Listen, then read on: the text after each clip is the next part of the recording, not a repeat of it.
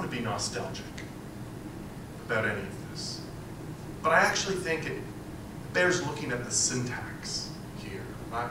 And how we were talking about ourselves and how we were talking about ourselves in relation to the wider public, right? There is a real sense of shared purpose that, and maybe even a kind of tenderness that is absent from, I think, too much of our political communications today. So 2 points I want to make.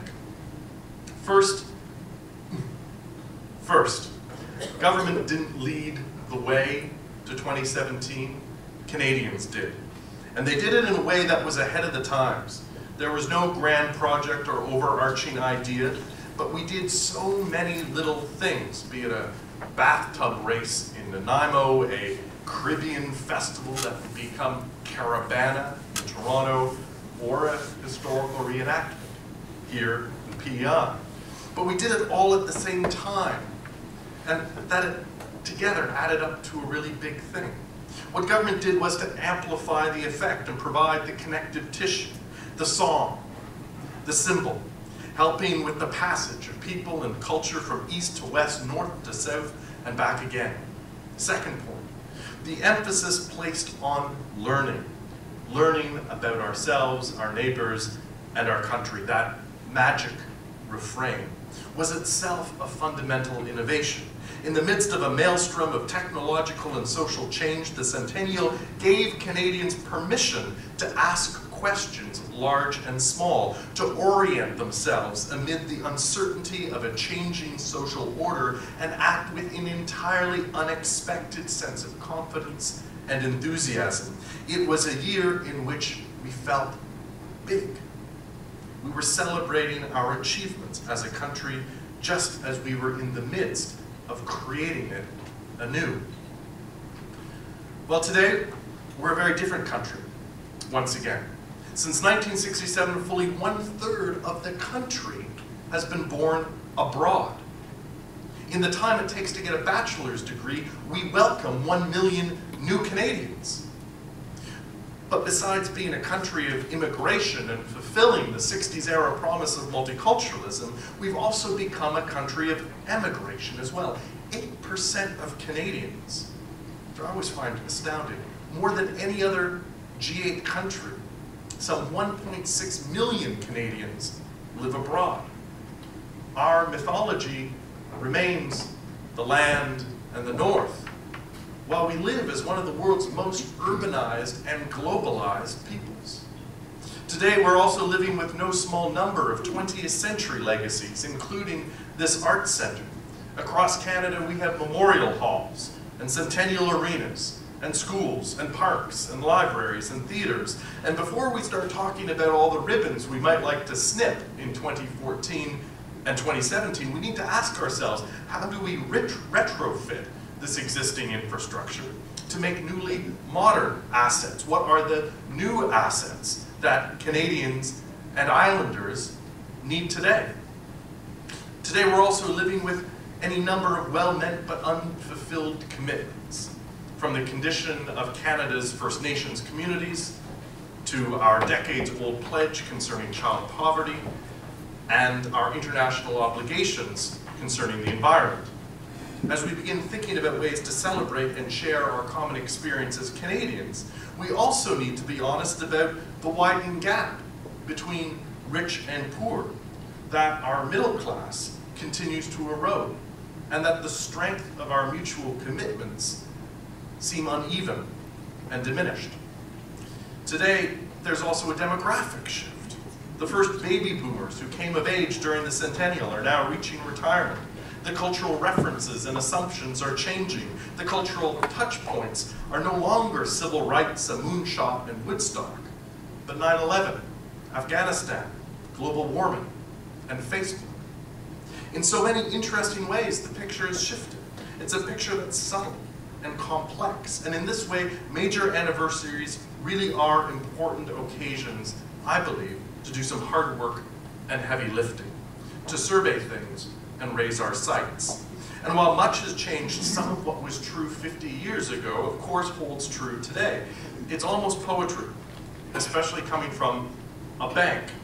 But in 1962, the Royal Bank of Canada produced a report that stated, "We can, if we set our minds to it, uncover areas in our national life which have been neglected.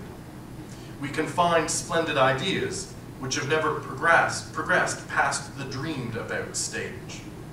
What are these cultural deficits? There are things which a country settled nearly 350 years ago and politically united nearly 100 years ago should have by this time. Instead of bronze plaques and marble monuments, we might unveil significant community improvements, like new parks, new houses replacing slums, new city halls, new community centers, buildings, libraries, and museums. These are things we want anyway. Preparation for our centenary gives us the opportunity and incentive to get them now. Well, in many ways, I think those words were prophetic. We went ahead and filled those gaps and corrected a number of those deficits. The question is, what do we need now? What are the social, cultural, environmental, and industrial deficits that need correcting today? So what happens next? Well, as evidenced by today, the engine is slowly revving up. The House of Commons Heritage Committee is in the midst of hearings, and sometimes next year, I expect a 150 commission will be established. Organizations like the Trans-Canada Trail, one of the great legacies of Canada's 125th anniversary celebrations, is already at work with ambitious plans to connect the trail by 2017 and host the nation along this incredible path. And I'm very happy to mention that their CEO, Deborah Apps, is here today as our one special outsider from away to be part of this conversation.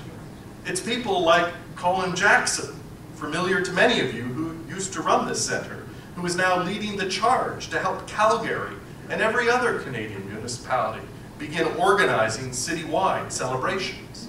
Last year, with colleagues at the Institute for the Public Administration of Canada, the Canadian Broadcasting Corporation, and the National Arts Centre, we hosted 300 Canadians from across the country to spend 2 days looking ahead to 2017, and we barely scratched the surface. And I guess this is why your work and the work of PEI 2014 is so very important. It all started here, and it's fitting that you should be the first out of the gate, leading us in this next great national conversation.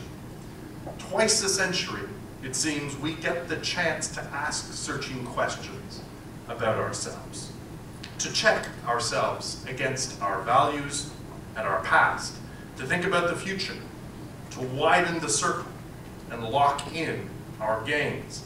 This is more than political. It's civic. It concerns all of us. The Fathers of Confederation had a dream called Canada, and that dream was born not 100 steps next door. They set in motion an idea that would ultimately cross a continent and link 3 seas. PEI's celebration in 2014 isn't a stop along the road to 2017. It's the start for everything that is to follow. It's the start of a conversation that should reignite our sense of public imagination. It's the start of a conversation that I hope brings all Canadians into the fold. It's the start of a conversation that begins by looking around and taking this opportunity to repeat that magic refrain from Roby and Frida, to learn more about ourselves, our neighbors, and our country. And that conversation starts here. Thanks in every bit to you and to our work this afternoon. Our twin celebrations start today. Thank you.